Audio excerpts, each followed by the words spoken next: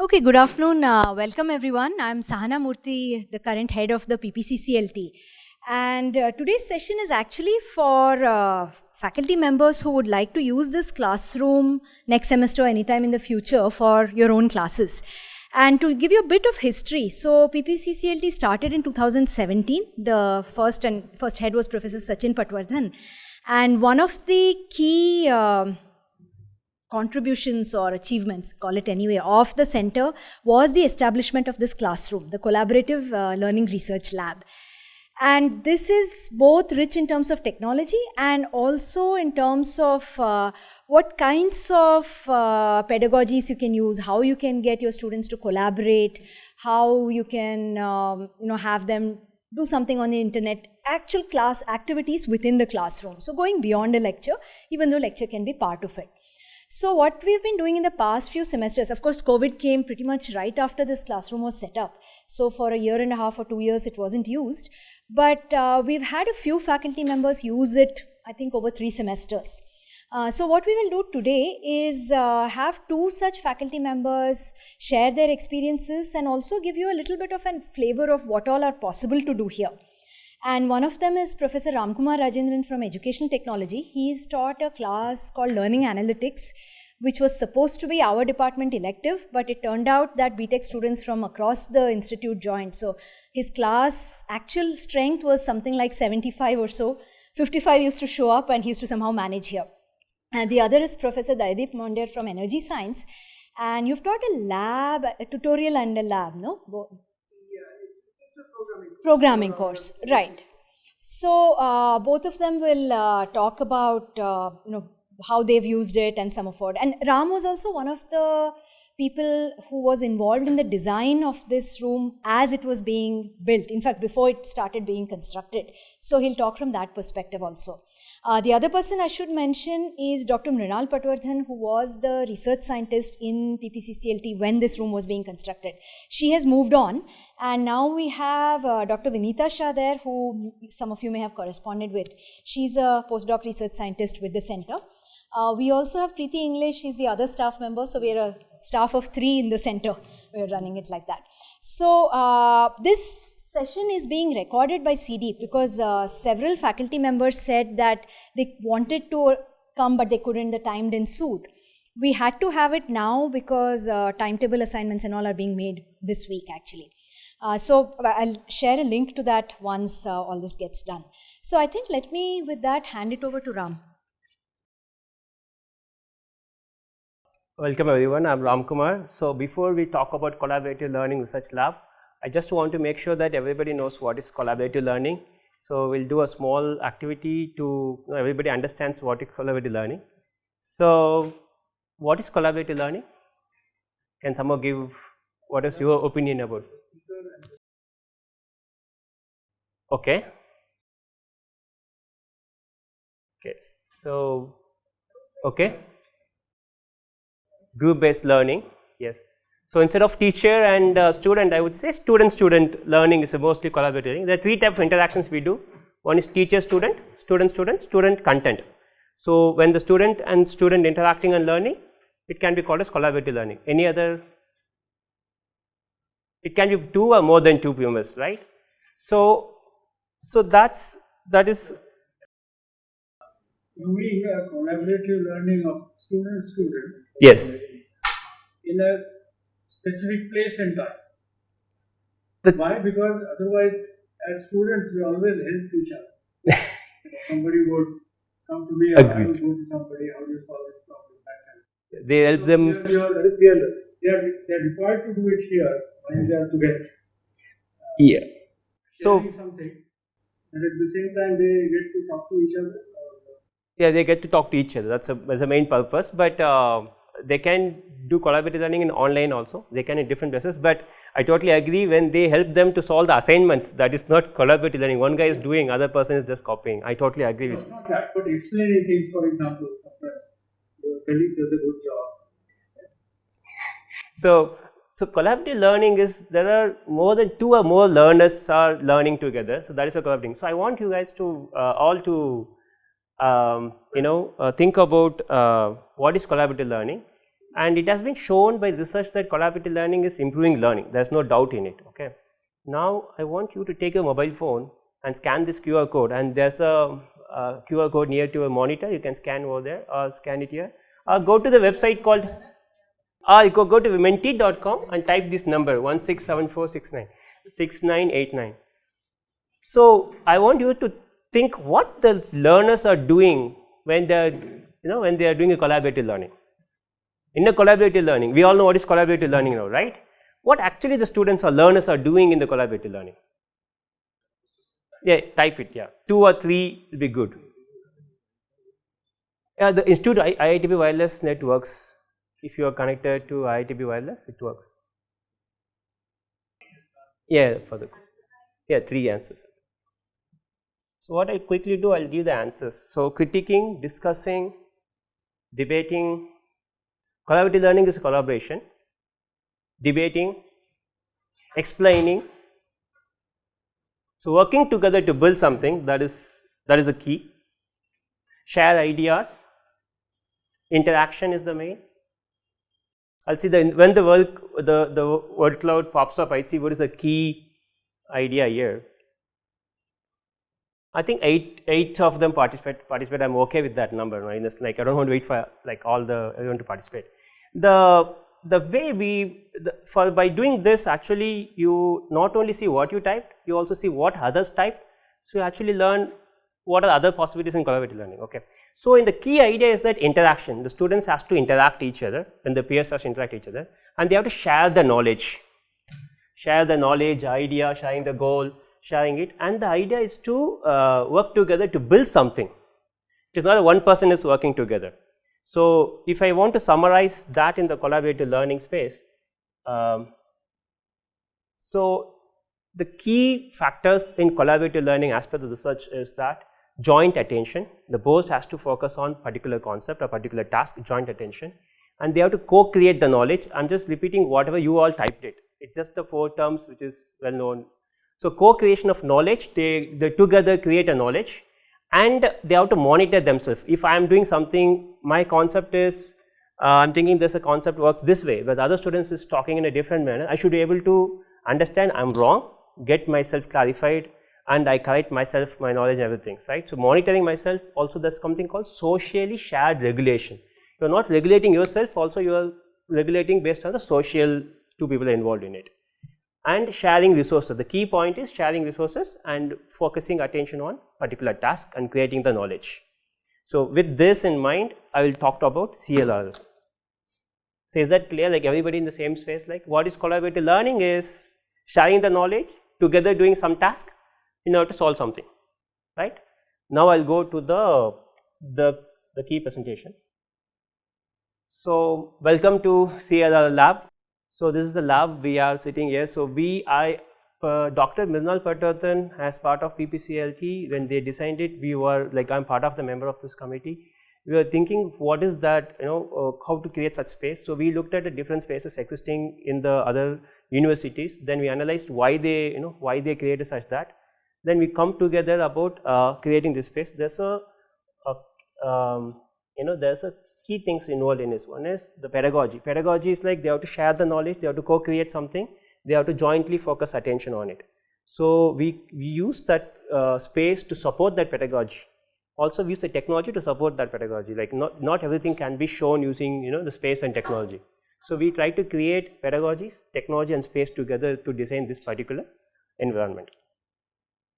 So, in a collaborative learning research laboratory, so students can go beyond listening to lectures and they interact, and students form small groups. I will talk about how many groups we can form in this classroom, and the students use high quality audio visual facilities to create some content, share with the others, and the students are also sharing their knowledge with everyone in the class.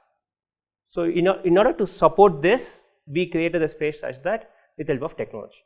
So, what is the pedagogy involved? I think this is what we all actually typed. Whatever you are talking about collaborative learning, this is exactly the same thing, where the teacher is not the instructor transferring the knowledge to you. Instead, teacher is just a facilitator. The students are interacting together in a group, they are learning, and teacher is kind of facilitating. Okay, you are doing the right direction. If you have mistake, like I should give some corrective path or personalization content, something like that. And so students are working on various tasks such as open-ended problems, design problems, case studies, exploratory lab. So this kind of setup has been used for lab. Yeah. Yes. We can't. So we are facilitating. We have to guide them as much as possible. Guide during discussion is one thing, but let's say we're teaching a topic, Yeah. or course. The preliminary kind of knowledge of the topic has to be given. Yes. to the student. Yes.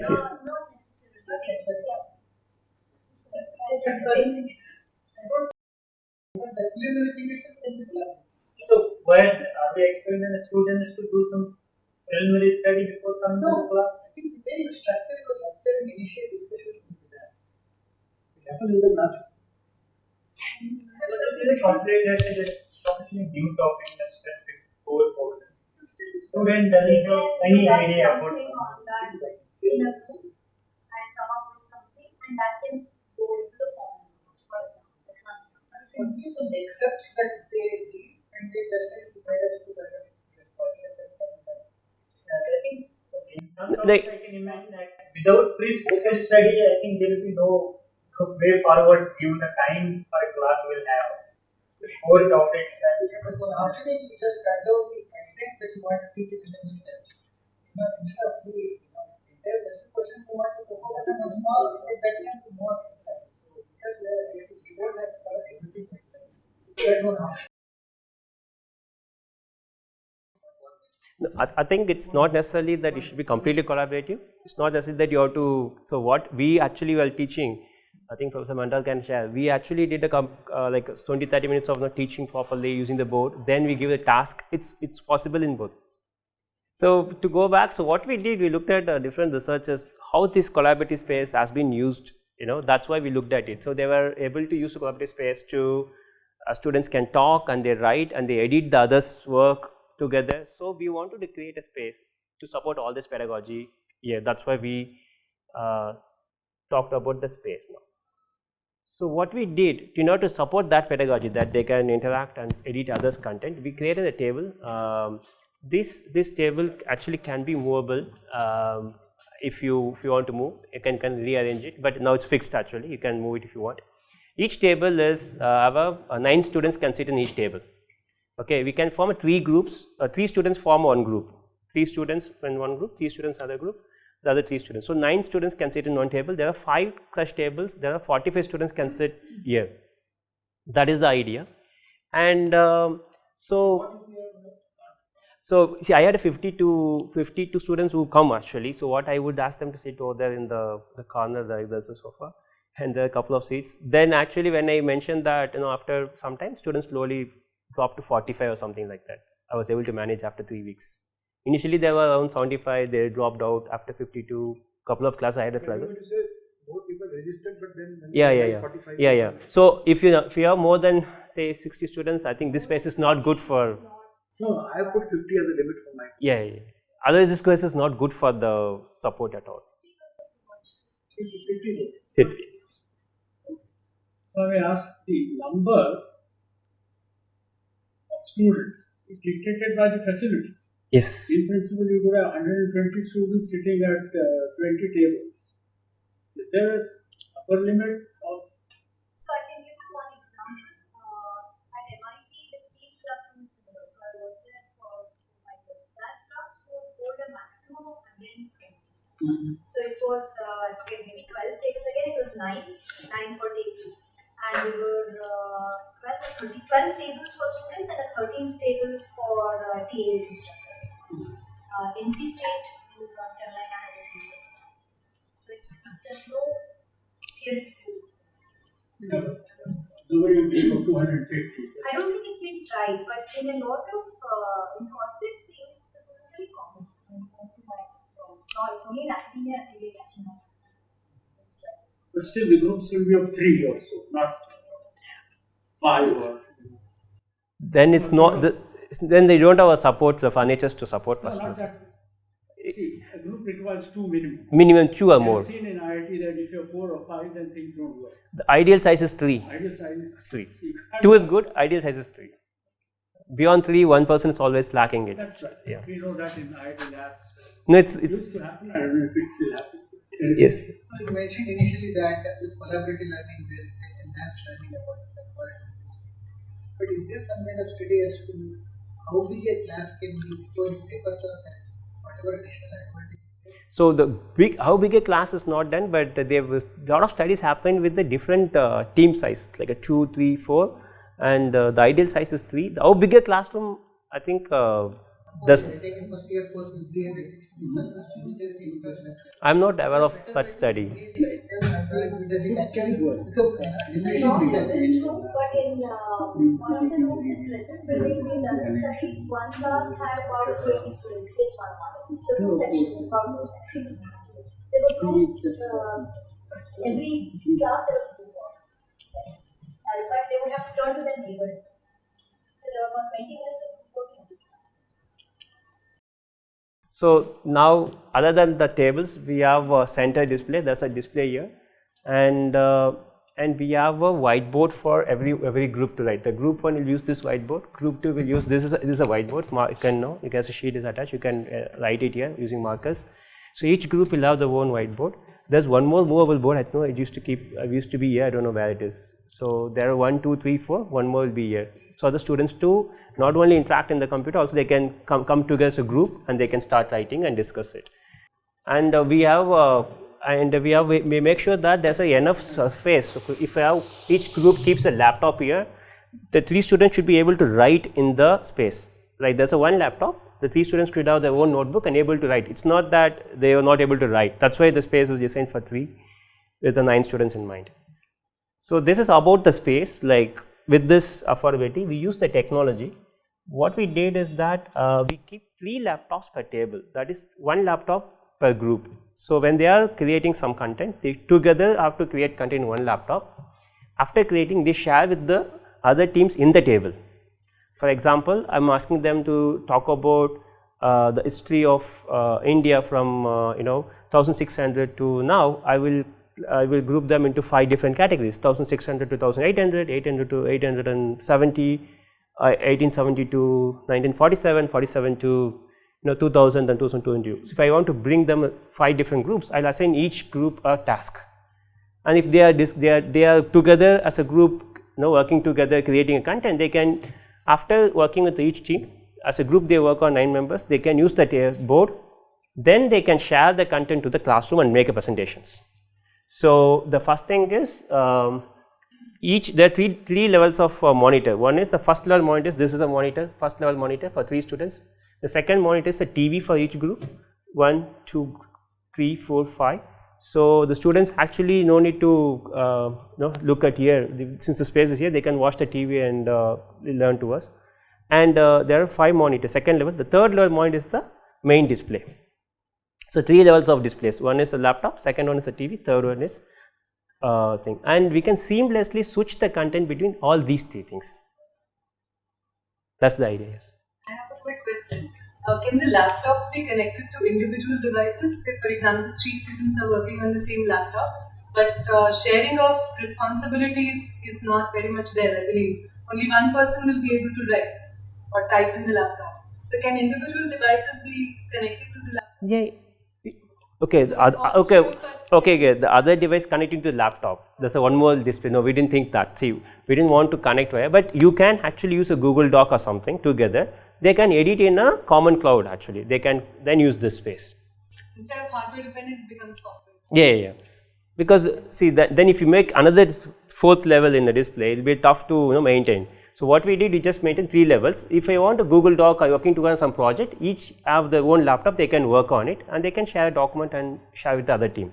So you can seamlessly switch from a display 1, display 2, display 3. For example, if I am a student working on in this group and I want to share my content to the other members in the group, I simply connect this HDMI cable. Each table have HDMI cable with a red color tag in it. So you connect that HDMI cable to the laptop. Your laptop will be displayed in the. You can test if you are near the red color cable. You can test it. So this is my laptop. You can take the red color HDMI cable and connect to your laptops which you have it. So now if I want to discuss with my team member, I can go to this TV, I can use the TV to display, or I can use the board to discuss. So this is a discussion happens. You want to keep, since this is my table, Yeah.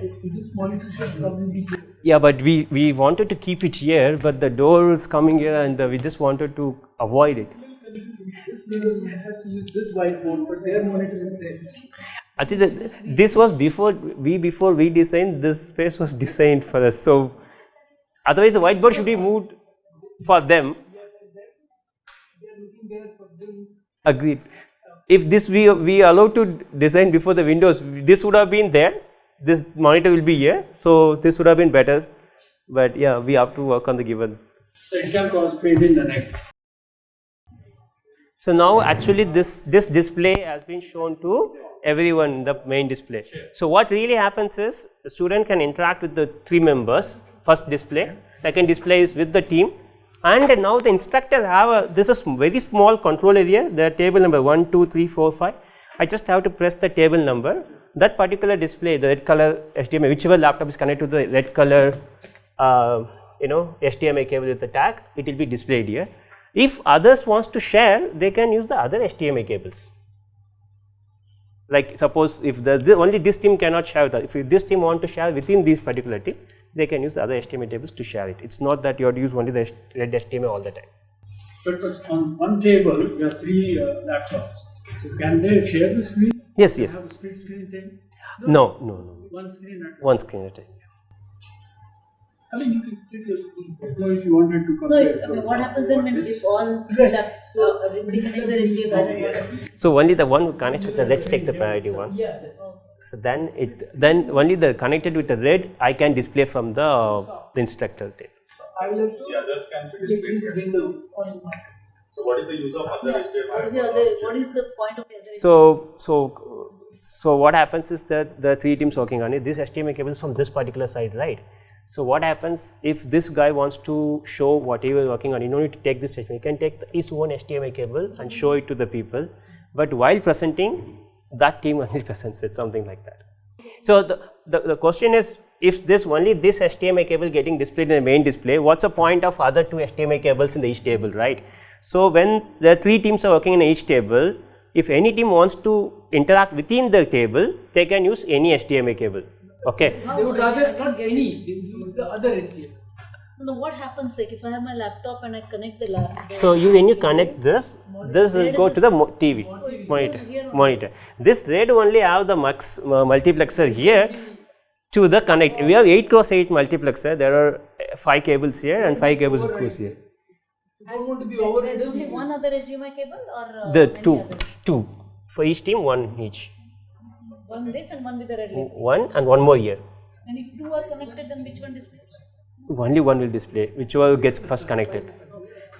So that's for the first connected the displays. So I have a question. Yes. So based on your experience and with Canadian, 2 points I want to understand. One is when you are asking groups to kind of interact and engage with them. So how to make sure that each member of the group is getting reasonably involved into the discussion. That's one point I want to understand based on your experience. And second, when there is a discussion among the groups individually, there is bound to be an distraction because of the noise around. So how much that is impacting it? Is there any experience or any data or any inputs on that? So I think I'll give my suggestion maybe. Okay. So what we do, we have 2 TAs and faculty. One, we give a task in general, not in this space, in collaborative or any other pair activity. Actually, TAs or the faculties walk around, and if they are talking something else, we just listen to each group. Then I think this missing of one person is actually goes off. That's the one way to do it, and there might be other ways. The noise, I usually in my class, I prefer students to talk. So I feel a lot of noise is good thing unless they are talking off task. So as of now, I didn't feel much distraction or something like that. Usually what I do, I share the data from the Google Drive to the classroom, and they will be working on some particular tool. For example, some visualization tools. They have to create it. So they together come together, create a dashboard. So they are actually occupied. Not much distractions, and they really want to show what new inference I can get from the data. Then each team presents it. So I didn't have much issues on distraction, but one student is lacking off in the group. I walk around slowly. Me and 2 TAs, we make sure each one goes on each table. Yeah, Professor Mandal maybe. So it's just like Ram said. So the noise you have to embrace. It will be noisy, and mostly people are able to tune out, right? I mean they're focused on what they are doing, and similarly I had 2 TAs, and what we would do is just go and visit each group for maybe a couple of minutes. That's all. Just a couple of minutes. Okay, where are you? Are you stuck? Are you moving along fine? Yeah, you just give them 1 or 2 pointers and then you move on to the next group. Was there any feedback kind of taken on this based on students? They gave me. I haven't done any formal feedback. I don't know about Ram. Yeah. So after the first class, right? After the second class, I usually share the muddy points. For example, I show 1-minute paper or the muddy point at the end of every session. I share the Padlet link. It's anonymous. So if you ask them why you taken the course, what is your expectation from the course, nobody answers. Okay. So because it's they have to I have to see them, right? I don't know the name actually, but so when I cast anonymous muddy point Padlet, everybody gives the comments. A lot of people actually commented on I didn't ask about the space. They liked the way, not about the space especially, about the collaborative, working together, solving it, and in the end of the semester also they talked about that. So in a WhatsApp group basically. So I didn't get the feedback yet officially, but the last feedback also, they liked this space, they wanted to do more. So they enjoyed, I can say that, yeah. So that's all about the technology aspects in the displays. So we call it a 1-minute paper or muddy point. What is the most muddy point? Muddy. What is the most interesting thing today you learned? Point, the thing which is most this was actually explained by the professor who took a workshop for us, right? We use it after. Oh, okay. So what is the one? At the end of the class, you give check to paper. They write down what is the words and what they could understand much. What you could not understand much. Not clear. What is you wanted to learn more, but still not clear. Also good. So they would have clear or not clear. So we use the Padlet. It's the online tool. They all again scan it. They all type the 3 different Padlet. Padlet. Padlet. So that's all about the displays, and apart from this we have a perfect acoustic setup here. So it's avoids the echo. Even if everyone speaks from the table number 2, table number 5 can hear, something like that. We have 5 mics actually in each in our set, and it can be charged. So you can tell your TA to charge it after end of the class, and you can use it. So that's all. This is the only such room available. So when we schedule, I think that. Yeah, so we'll come to scheduling in a moment. We have a form. The slots, slots are fixed by department, and also if a lot of people want to teach here, we'll have to find a way to. Yeah, sure. So far, the demand hasn't been a lot. This is the first time we're sort of doing an institute-wide. I think Sachin may have done once, or maybe once he had done it. But COVID just hit, and all those things happened then.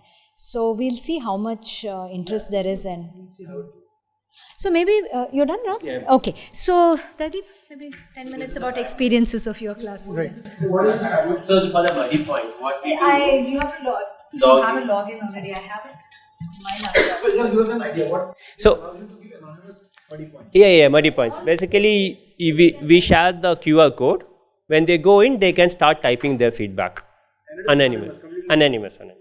If you want, if you want, you can collect the names, but you make it anonymous to get the real feedback. And students can comment on each other's posts. And they like, dislike, all this stuff. So I have had a lot of bad experience with anonymous feedback.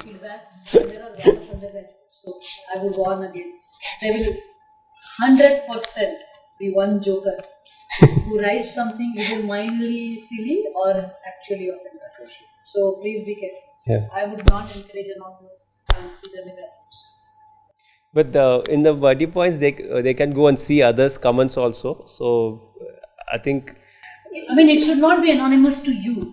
It can be anonymous to the class. So if there are so many apps that allow that. Okay. Even Google Doc will allow that. If you Yes, use yes. G Suite, Google Doc, they can write it in the Google Doc. Actually, Google Doc will be not anonymous to others. No, the name There will are come. so many others. The name will come.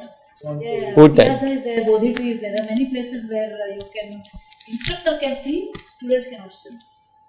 Okay, let's go ahead. Yes. So I have first time. Based on experience, I'm just thinking again in terms of slots. So I feel that probably 1 hour is too short, but then I want to know based on experience, is that the case? I'm just feeling that if I have to do all of these things, I think I need 1.5 hours. Yeah. My class is 1.5 hours actually. Yeah, mine too. Mine was actually 3 hours. किसी ने सिखाया 1 hour slots किसी ने 3 hours at the straight? सबने Lab. It was a lab. I mean, Okay, lab. It's one of those funny courses which is lab, designed as a lab, but run like a regular course. But it was a once a week meeting. But you ran the lab here. I ran everything here. Yeah. Equipment and whatnot. No, I mean, when I say lab, it's a programming course. So they're all just coding. They're just coding. Yeah. So, among the other faculties who taught Sundar from chemical has taught, I think that was also programming type of class, I'm not very sure. Veena Vachali from Systems and Control has done it. And Professor Suresh has done it. I was listening about the laptop, like the box and everything. Is this because of ease of viewing by 3 students, or because now the keyboard access will be more difficult? No. Actually, we bought it. There were brand new laptops. Okay. We bought it just before COVID and everything happened. And after COVID, last semester, students started bringing their own laptops. We just opening the laptops once in a month, make it work. Today we just pulled out from the box. Oh, really? Otherwise, they are on the table. Yeah. At the table. Yeah, that's wonderful. I thought for better visibility, they raise it. Yeah. The 3 people have to look at the screen. It's just a Okay. So this is new laptop. That's it.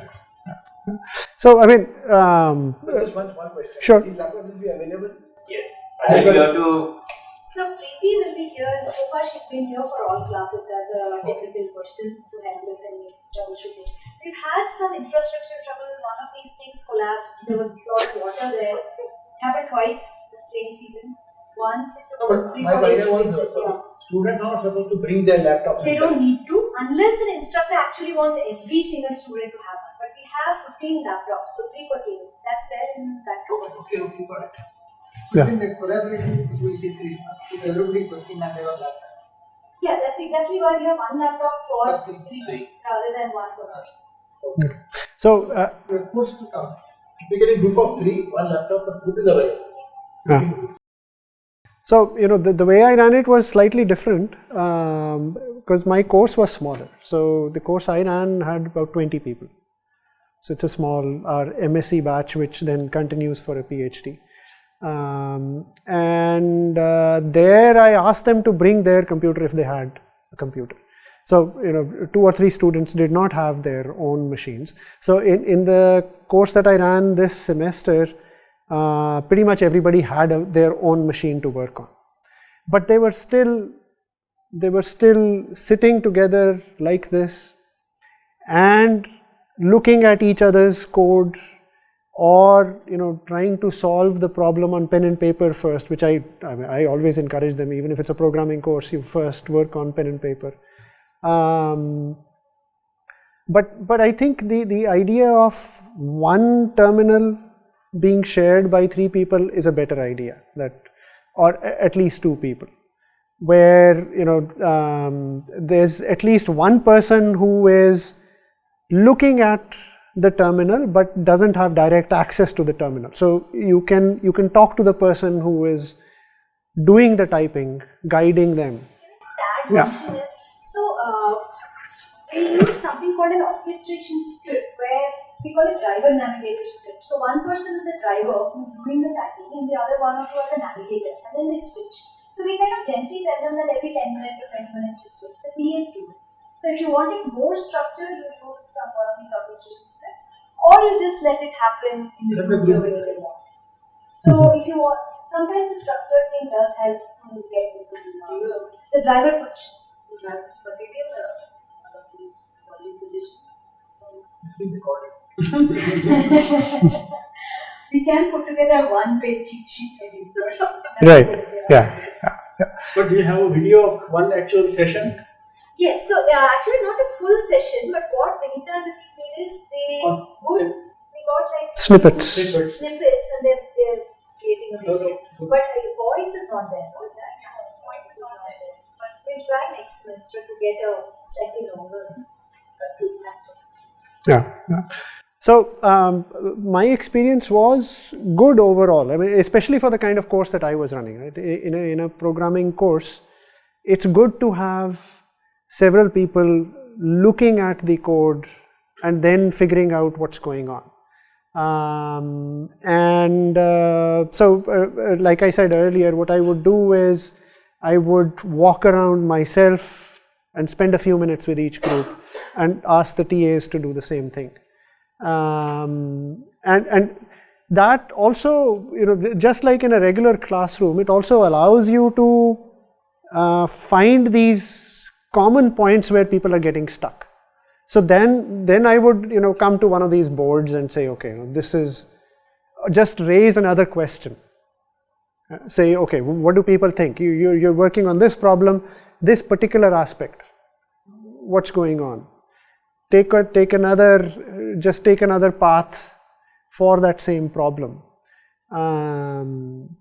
But I mean, how I feel is that this was sort of a trial run, and then the next time I do it, I'll be better at it because now I understand the space and the constraints a little better. For example, as I just shared, that I wasn't using this mode where 2 or 3 people are working on one terminal. So that's something that I want to do the next time I do this.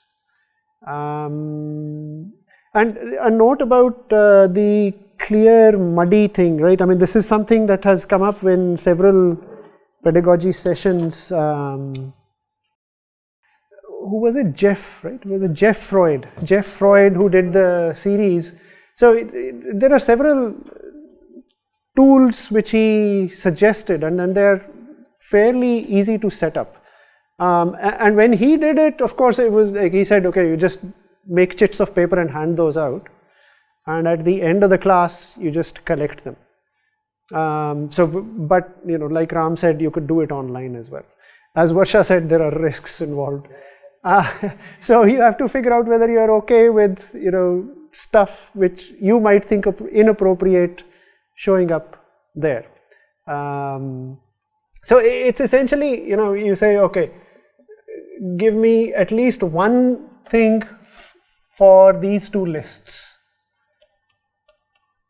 Something that from the lecture or the session which was crystal clear, and something which for you doesn't quite add up, is still muddy. So that's what Ram was talking about. Yeah. So that's the point. This is feedback for you, stuff that you might have missed out during the. I mean, this can be done during usual lectures as well. It doesn't depend on like this kind of setup. That's something what I used to do is give the cheat at the end of the course. Right. As they go out. Right. I use it in the next class to start with clarifying the body. Exactly. Yeah. So you don't need to do it real time. It's better to reflect on it and then say, okay, at the beginning of the next one, you say, okay, this is how I would address that. So this is just it's a nice thing to do. The technology aspect, how to switch to a screen. Do we want to switch to? Do we want one screen showing up everywhere, or one screen per group showing up? It's best to do some practice on it, because like anything technical, the first time you do it or even the second time you do it, it won't work as you want it to. So like always, one has to just practice this a few times. But these boards are really nice, and the next time I do it, that I want to use them better. And it's sorry that each group can go to a board and just instead of stuck with pen and paper, get them moving around a bit. But on the other hand, it's also difficult to get them to move around, to come to the board. As I mean, all of us who've taught, it's hard to. There are some people who are happy to come up on the board to solve a problem, but most people are very shy. And especially the batch that I was dealing with, I think these guys are particularly shy. Our incoming MSc students are just, a few of them just flat out refused. I said, come here and work on the board. Show me what you have here. No. Okay. Yeah. So, this is a good space. It has a lot of possibilities. And as Zakir pointed out in the beginning, that how do I do that? Do I give a preliminary lecture and then give them a few minutes to work on a collaborative problem? That you just have to use it a few times and then get a sense of what you are happy with, right? So each of us has things that they are happy to do, and then things that are too far out for you to try. So, but this gives us the space to try out new things. So it's good. But I mean, there's a size constraint, of course. This is designed for small to medium-sized courses. Yeah. But at any moment you could switch to a lecture mode, right? Yeah. And in this time around, that maybe 30 minutes of. Yeah, and this time, I mean, I wanted it to be more of the way it's designed, collaborative, but I ended up lecturing more than I wanted to. But it's doable here. In this space, it's small enough, and all of us have enough practice to sort of project our voices. So you just get everybody to say, okay, this is important, you can stop looking at your laptop, I have something to say, and then you go ahead and say what you want. Yeah. So, can you give an example of a problem or an activity that is ideally suited for absolutely exploiting every single step? You want to show something on the road TV, you go to the board. Finally, I'm most curious about what does the group show to everybody else? We have a video, so maybe where 4 different instructors have conducted classes here last semester. So we prepared a video where each of them are doing different kinds of activities. So maybe after as that. As long as the content, I'm curious about the content example. Yeah. What I did, so in my course, so we talked about what particular chart you have to use, it like a bar chart, pie chart, everything. Then suddenly we'll go with the data. So I give the Open University Learning Analytics data sets available with the 4 CSV. I give to the students, and each team will work on the one particular CSV. So they all have to use any of the visualization tools. It can be Power BI or Data Studio or anything. They have to, each team has to open it. Power Studio from Google or Microsoft's one or something like that. So what they did, Power BI or Data Studio. So they upload that CSV sheet in the particular tool, and they plot with x versus y or different variables, and they create inferences out of it, and they have to share with the other teams. So like that's how I made it. So my question there, because see, I'm struggling with this thing a lot. I've been teaching communication skills to the departmental portion, and now there's only departmental. So I've been teaching that also. Actually, communication skills, if the environment in the class is very confident and collaborative and all of that, is ideally made for this. My question here is actually not so much, so that's why the technology is fine, but what makes for sharing on a common screen? Once you've shown your work on the common screen, what is okay for you to do with all the others present? Can you critique it? What do you do? So basically, after since I had only 4. You got the point, right? Yes. I have no idea whether So I do a lot of peer grading in my communication skills class, but it's completely anonymous. I use a tool which is, they don't know who has submitted, and like a conference review paper. So it's completely double blind. Here, if I'm showing it on the screen and then I start kind of saying how it can be improved or something, is that okay? Is that what you do? So I think it is okay. Like. Yeah, well, it's entirely up to you as the instructor to decide what the protocol should be. No, I guess my question is, how do the students take it? I'm totally afraid of the students just not wanting, my first com skills, a lot of people here might be right. The first thing is describing your BE project, just describe the problem, right? Sundar has this beautiful just describe the problem in 3 lines. So that is the first exercise. I would really like to take a lot of examples and basically show how it could be improved, but I have never done it.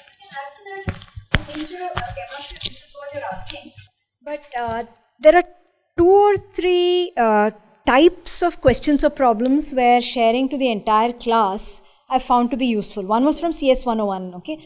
So I'll just give you the CS 101 examples. One is where, this was when Sridhar was teaching it and our whole department was doing studies in it, 2013 and 14.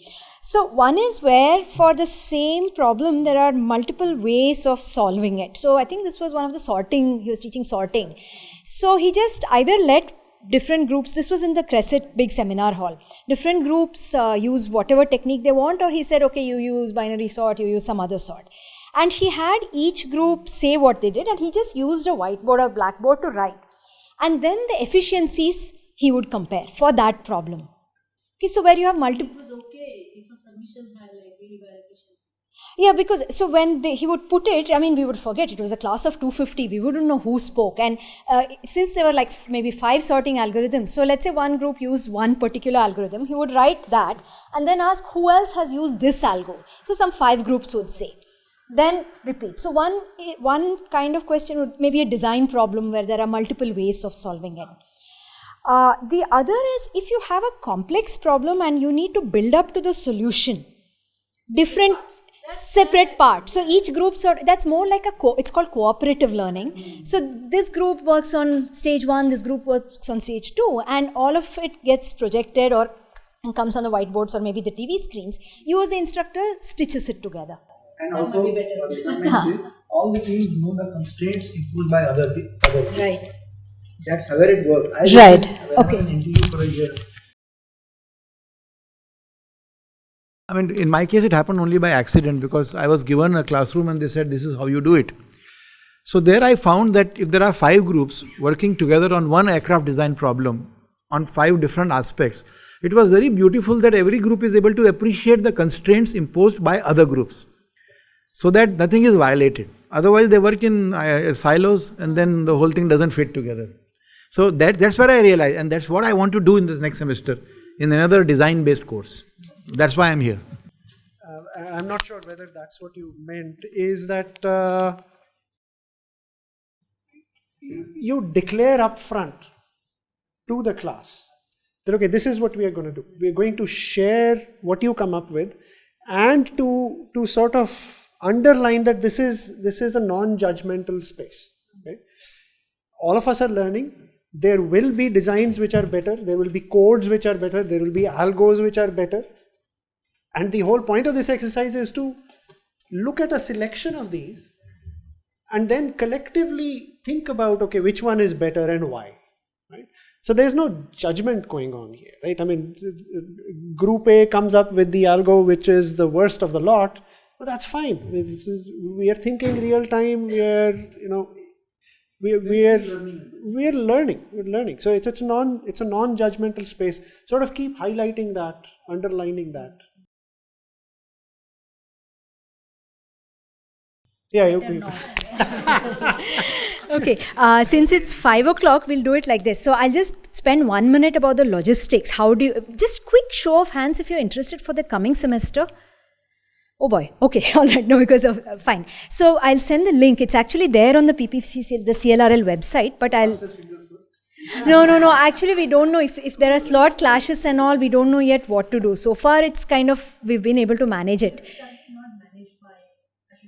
No, No, so and it maybe next semester onwards we should make it his problem. Yeah, next semester. But I'll share it today itself, and by Friday we hope to sort of see and because oh, you don't know the slots. I see. I see. Okay. See, if you have some flexibility in slots, then there's a higher chance that you'll be able to teach it. The problem is, some of us want Yeah. 90-minute slots, and they're only in the evening. After morning institute elective slots are there. 5, 6, and then afternoons. 5, 6, 8, 9. No, 11 also. 10, 11 is also there. 13, 14, they are Right, right. So we will see how to do it. If not this semester, I'll. The class is available. We do 12, 13 slots, which are 5 to 8. Right, right. It is open as late as We can, yeah, yeah. Preeti will be there. Evenings is fine. So that is that's the main thing I wanted to say. So what Vinita has is she has a video of 7 minutes from 4 different classes this semester. She'll kind of give a narrative about the examples that you were asking, So you will just see sort of a stitched together video, but she'll say what activity they did, and we can close with that after that. And so whatever you have heard till now, whatever Professor Mondar and Professor Ram have said, I'm just going to give you a feel of how it was done.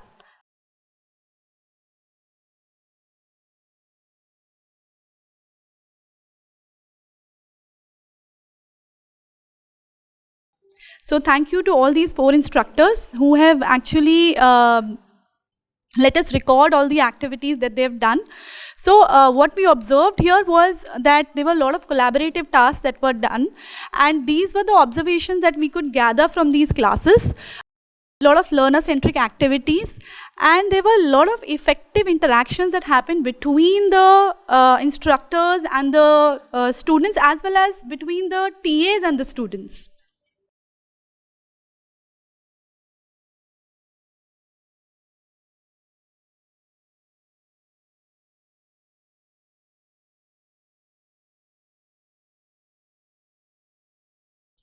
So here you see some teamwork and discussions happening. So these are from different classes, 4 different classes.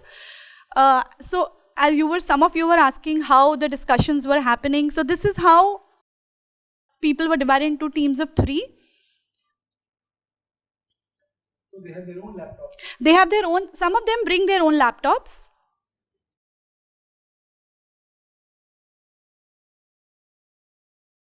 So here you can see these students are looking at the local screen there and doing their respective problem. So here a task was given to them, a group, and the group, you made use of some sticky notes at their own table, and then came and presented to the whole group using the main screen. Here what is happening? The student is actually using the local monitor there, the local screen. Can you see the change? So, and he's presenting, sitting itself to the whole class. Yeah, yeah. So they are not getting up, coming here to the main screen. They're using the local monitors to give presentations. So this is from Professor Monda's class, where problem solving is happening as a group. So he was teaching computer programming, and he is sitting with one of the teams, and right now he is, kind of steering what should be happening with one of the teams. But so this particular computer is connected to the main screen. So here I was just asking them, okay, what's going on with this code? Can you find a problem with this code? So they are putting in the commands and everybody is looking at that. But after a while, what happens is that he also comes to the main screen, and he is not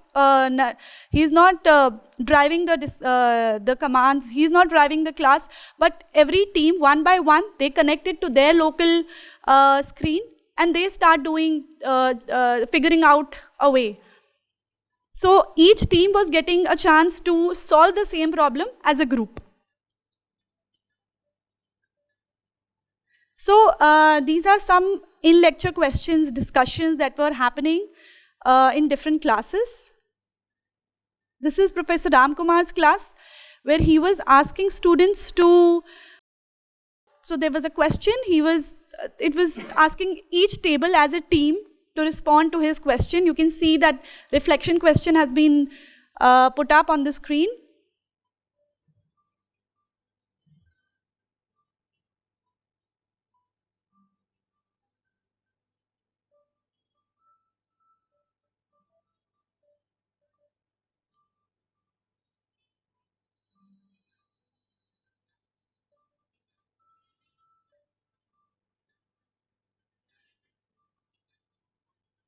There were a lot of hands-on activities that happened.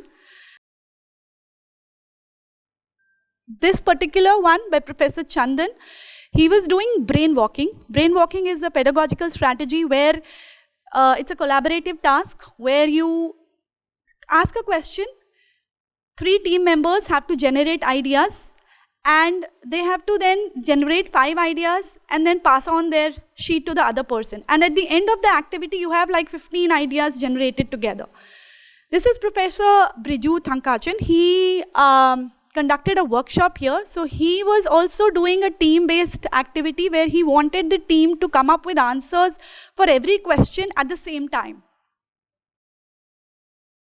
Here, as Professor Mondar said, he wanted to use blackboards. He did use, where he used to call the students to the board and ask them to interact with it.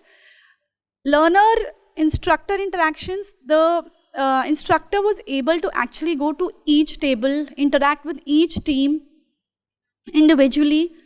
And during this time, others are doing something.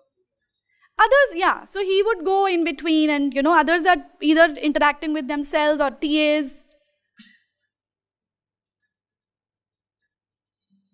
Professor Jandran.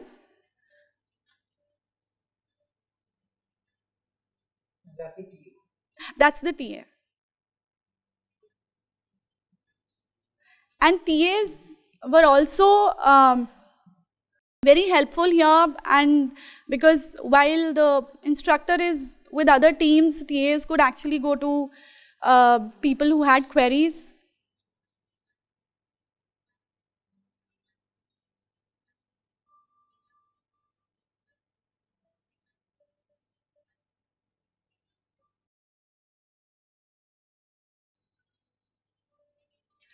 So basically this, I would just summarize by saying that here the role of the teacher is of a facilitator. I mean, of course, you can have your lectures, you can transmit knowledge, but when you're doing collaborative learning in such an environment, you become more of a facilitator, and the students, of course, should participate actively for it to be successful. I mean, I had written some points, but in the interest of time, maybe we can skip it. This video would be there available at the CLRL website. So with that, if you have any questions. About groups, I have a question. Are all the 15 groups formed in the beginning and not changed thereafter? So in my class, we formed in the very first day we come to the class. So the 3 of them stick together? No need, because most students. No need.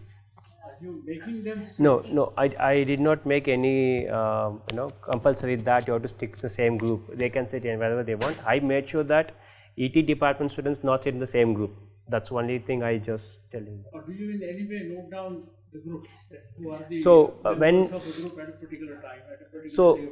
So I did not use the group discussion in the classroom for assessment, but I did not for assessment, but for general. But I did a 2 assignments. With each other or not? But I did a two group assignments and group project, and what are the group they formed, and they usually come and sit together. Actually, it happened like that. It's organically happened. I did not force them to stay as a group later. And actually, just before midsummer, after midsummer, most students not able to come regularly because of placement and everything started, and the 4th year students were actually that happened actually. Although it was 45 initially, it was like 25, 30 after midsummer. So it's actually a suggestion. So I think we should have more such facilities without the technology. For I'm thinking about my class. Actually, this round table is more useful. Beyond that, it's actually probably not so critical. So if we have more such facilities, we should not be to take out the technology aspect. I believe in the electrical department they have one more facility like this in GG building. It's not as technological. Swarup told me about it. Today I think the CSE department workshop is going with the ACM inter-school on security. So both these have been set up with alumni donor funds. This one and the one. Is there no shirt? Yeah, but I don't know. I have not talked. Swarup told me about it, but I haven't seen it. So in fact, going one step ahead from there, it could be the earlier kind of technology where you had that thing, because maybe you're thinking of mathematical courses where they're working on. More discussion. So because my other, not comm skills, but the other course that I teach, actually I run even my normal class, like a school class where I write the problem on the board and they do it, and then I'm walking around seeing what you've done and then I look at their notebook and so on. That would be very nice here, but that's fully maths by hand. So it'd be nice if that kind of thing is there at the top where we can say, okay, let's project this solution and Showing the screen. that old Old-fashioned, AT thing. Yeah, Is it still there? In CDP we had one. Yeah, you have to ask. In CDP, Yeah.